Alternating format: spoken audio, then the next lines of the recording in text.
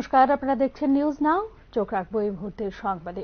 প্রয়াত প্রধানমন্ত্রী ডক্টর মনমোহন সিংকে স্মরণ করল ত্রিপুরা বিধানসভা। তার প্রয়াণে 2 মিনিট নীরবতা পালন করল বিধানসভার সদস্যরা। দেশের প্রাক্তন প্রধানমন্ত্রী ও বিশিষ্ট অর্থনীতিবিদ ডক্টর মনমোহন সিংকে স্মরণ করল ত্রিপুরা বিধানসভা। শুক্রবার ত্রিপুরা বিধানসভার শীতকালীন অধিবেশনের প্রথম দিন তার প্রতি শ্রদ্ধা জানাতে 2 মিনিট নীরবতা পালন করেন অধ্যক্ষ, উপাধ্যক্ষ সহ বিধানসভার সকল সদস্যরা। প্রয়াত ডক্টর মনমোহন সিং এর স্মৃতিচারণে অধ্যক্ষ বিশ্ববন্ধু সেন বলেন, ত্রিপুরা বিধানসভা গভীর বেদনা ও শোকের সাথে জানাচ্ছে যে ভারতবর্ষের প্রাক্তন প্রধানমন্ত্রী ও বিশিষ্ট অর্থনীতিবিদ ডক্টর মনমোহন সিং গত 26শে ডিসেম্বর নয়াদিল্লির এইমস হাসপাতালে চিকিৎসাধীন অবস্থায় রাত 9:51 শেষ নিঃশ্বাস ত্যাগ করেছেন। মৃত্যুকালে তার বয়স হয়েছিল 92 বছর। তিনি বার্ধক্যজনিত অসুস্থতায় দীর্ঘদিন ধরে ভুগছিলেন।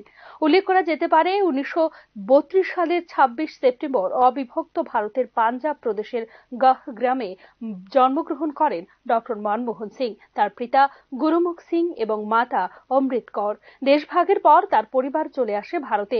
ছোটবেলা থেকেই তিনি ছিলেন অত্যন্ত মেধাবী। 1952 সালে পাঞ্জাব বিশ্ববিদ্যালয় থেকে স্নাতক এবং 1954 সালে স্নাতকোত্তর সম্পন্ন করার পর তিনি উচ্চশিক্ষার জন্য যান বিদেশে।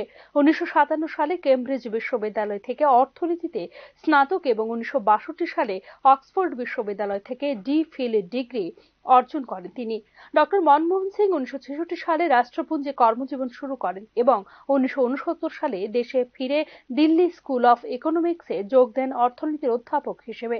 এরপর 1972 সালে তিনি কেন্দ্রীয় সরকারের মুখ্য অর্থনৈতিক উপদেষ্টা হিসেবে দায়িত্ব গ্রহণ করেন।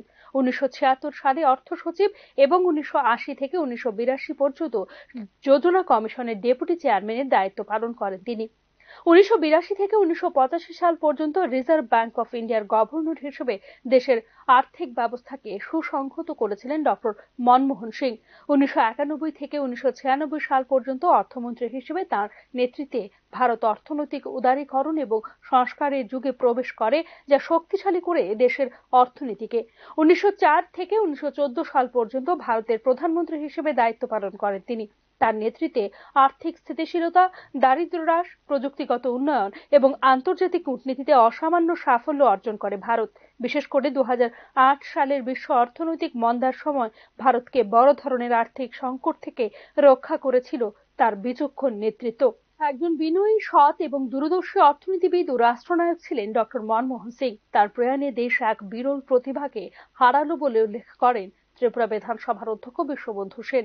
ত্রিপুরা বিধানসভার প্রয়াত ডক্টর মনমোহন সিং এর প্রতি গভীর শ্রদ্ধা জ্ঞাপন করেছে এবং তার শোক ও সন্তপ্ত পরিবারের প্রতি আন্তরিক সমবেদনা প্রকাশ করছে, উল্লেখ করেন বিধানসভার অধ্যক্ষ।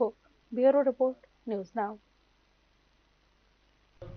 বৃহস্পতিবার রাতে সাব্রুম আগরতলা জাতীয় সড়কের জলেফা আমতলী ব্রিজের নিচে রক্তাক্ত মৃতপ্রায় অবস্থায় পড়ে থাকা এক ব্যক্তিকে দেখে এলাকাবাসী সাব্রুম দমকল বাহিনীকে খবর দিলে ঘটনাস্থলে পৌঁছে দমকল বাহিনীর কর্মীরা তাকে দ্রুত চিকিৎসার জন্য সাব্রুম মহকুমা হাসপাতালে নিয়ে যান। হাসপাতালে কর্তব্যরত চিকিৎসক তাকে মৃত বলে ঘোষণা করেন। একটি অস্বাভাবিক মৃত্যুর মামলা হাতে নিয়ে তদন্ত শুরু করেছে সাব্রুম থানার পুলিশ। আনুমানিক 50 বছর বয়সী মৃত রঞ্জিত দেবনাথ পূর্ব জলেফা গ্রাম পঞ্চায়েত এলাকার বাসিন্দা বলে স্থানীয় সূত্রে জানা যায়। মৃত রঞ্জিত দেবনাথের শরীরে কিছু আঘাতের চিহ্ন রয়েছে। তার কান ও নাক দিয়ে রক্তক্ষরণ হয়েছে বলে জানিয়েছে হাসপাতালে কর্তব্যরত চিকিৎসক। তবে ময়নাতদন্তের পর মৃত্যুর কারণ সম্পর্কে ধারণা করা যাবে বলে সংবাদ মাধ্যমকে জানিয়েছেন তিনি। আজকে 10টার অ্যারাউন্ড 9:50 হবে, তো এরকম একটা ফায়ার সার্ভিস থেকে একটা ব্রডব্যান্ড পেশেন্ট এলো। তো পরে ওনাদের থেকে কেউ একজন আইডেন্টিফিকেশন করলো, লোকের নাম রঞ্জিত দেবনাথ, বাড়ি জলেফার দিকে, বয়স কত? 50 বছর হবে। তো দেখে মনে হচ্ছে কোনোভাবে আটকিয়ে জাতীয় কিছু একটা হবে, ট্রাফিক অ্যাক্সিডেন্ট। এখন কি স্পট ডেড? আমার তো ওটা তো পোস্টমর্টম ছাড়া বলা যাবে না, তো কিছু প্রসিডিউর করবে, কালকে পোস্টমর্টম হবে। আমাদের কাছে যখন এনেছি তখন আমরা ব্রড ডেডে পেয়েছি। ককবরক ভাষায় রোমান হরফের ব্যবহারের দাবিতে আগরতলা সার্কিট হাউস গান্ধী মূর্তির পাদদেশে বিক্ষোভ দেখিয়েছেন টিএসএফ। এদিন বিক্ষোভ চলাকালীন বিধানসভামুখী মন্ত্রীদের কনভয় দেখে গো ব্যাক স্লোগান দিয়েছে সংগঠনের কর্মীরা। বিক্ষোভ কর্মসূচিকে ঘিরে পুলিশ প্রচুর বিক্ষোভ কর্মসূচিকে ঘিরে প্রচুর পুলিশ ও টিএসআর বাহিনী মোতায়েন করা হয় বিধানসভা সহ সংশ্লিষ্ট এলাকায়। শুক্রবার থেকেই শুরু হয় বিধানসভার শীতকালীন অধিবেশন। বিধানসভা অধিবেশনের প্রথম দিনে ককবরক ভাষায় রোমান হরফের দাবিতে সার্কিট হাউসে গান্ধী মূর্তির পাদদেশে বিক্ষোভ দেখিয়েছে টিএসএফ। দীর্ঘদিন ধরে বাংলার পাশাপাশি রোমান হরফে প্রশ্নপত্র তৈরি করার দাবি জানিয়ে আসা হচ্ছে, কিন্তু এখনো পর্যন্ত সরকারের তরফ থেকে সমস্যার সমাধানের কোনো উদ্যোগ নেওয়া হয়নি। বিশেষ করে ছাত্রছাত্রীদের বাংলা লিপিতে লেখার জন্য চাপের সম্মুখীন হতে হচ্ছে। ত্রিপুরা বিধানসভায় যেন তাদের এই দাবি সবার দৃষ্টি আকর্ষণ করে, সেই লক্ষ্যেই তাদের এই আন্দোলন বলে জানিয়েছে সংগঠনের নেতৃত্ব। You all know that we have been demanding Roman script for more than 50 years. It's been more than 50 years we have been demanding for Roman script for cover language. And we have met the President of Tripura about many times. We have submitted him the memorandum also. And accordingly, we have met the Special Secretary, Education Department, Government of Tripura.